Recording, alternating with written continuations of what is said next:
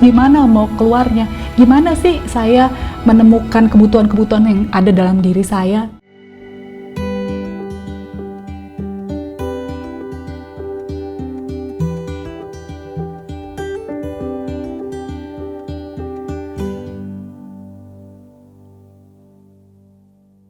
Hai sahabat Gading Konseling, saat ini saya akan membacakan email yang masuk. Saya seorang wanita biasa dipanggil M, usia 23 tahun.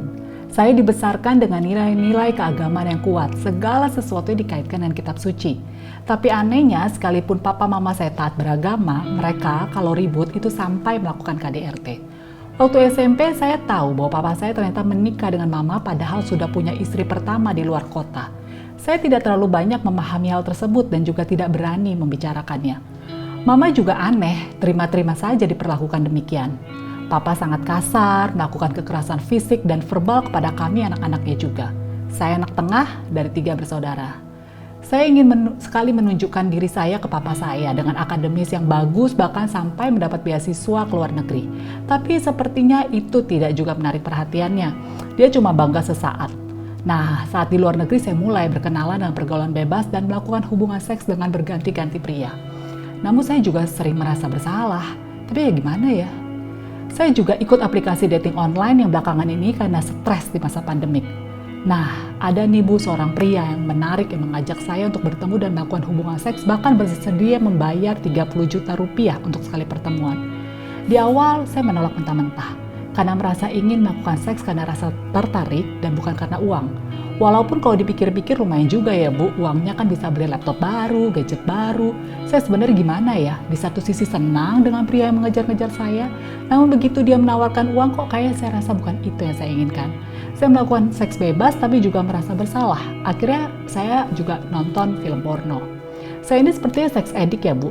Bagaimana saya keluar dari ketergantungan ini ya Bu? Ya M, terima kasih ya untuk email ini, untuk kisah yang kamu bagikan. Memang nggak mudah dengan situasi di rumah yang seperti demikian.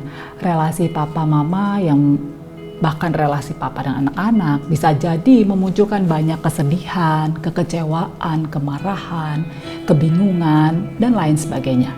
Sepertinya ada kebutuhan untuk dicintai di dalam diri kamu karena kamu tidak mendapatkannya di rumah. Sepertinya juga ada kekhususan nih.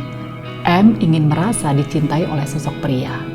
Saat M melakukan hubungan seks, untuk sesaat sepertinya terjadi pemuasan kebutuhan tersebut, kamu merasa diingini, dicintai, namun kemudian kamu mulai menyadari bahwa ternyata bukan itu ya.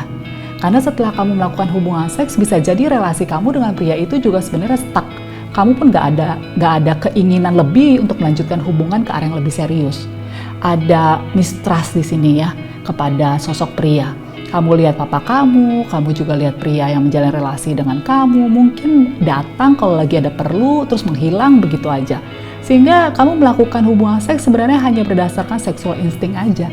Saat kamu ingin atau saat situasi yang mendukung ke arah sana, M juga sepertinya akan meresponi. Nah, dari kisah kamu sepertinya juga ada kebutuhan rasa berharga, karena saat ada seorang pria yang membayar kamu, rasanya kok ada yang salah ya. Walaupun kamu bilang kamu memang butuh uang, tapi dengan membayar kamu, rasanya kamu jadi nggak berharga, sehingga kamu menolaknya.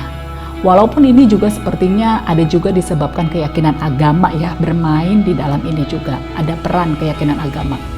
Kebutuhan-kebutuhan ini tentunya tidak datang secara tiba-tiba M. Saat kamu berusia dewasa tiba-tiba punya kebutuhan ini, biasanya sih enggak ya. Ada banyak faktor penyebabnya.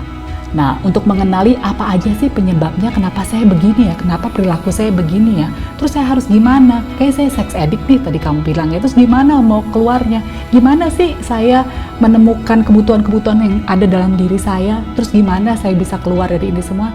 Nah, sepertinya M perlu bantuan konselor. M bisa datang ke Gading Konseling untuk kita bicara lebih lanjut dan menolong kamu dari situasi ini. Ini biasanya tidak dalam satu pertemuan ya M. Semoga membantu. Nah sahabat Gading Konseling, jika sahabat Gading Konseling juga ingin mengalami suatu perubahan di dalam diri, ingin menceritakan apa sih yang menjadi stucknya dalam hidup sahabat Gading Konseling, silakan datang aja konseling di Gading Konseling dan kami para konselor siap untuk membantu. Thank you.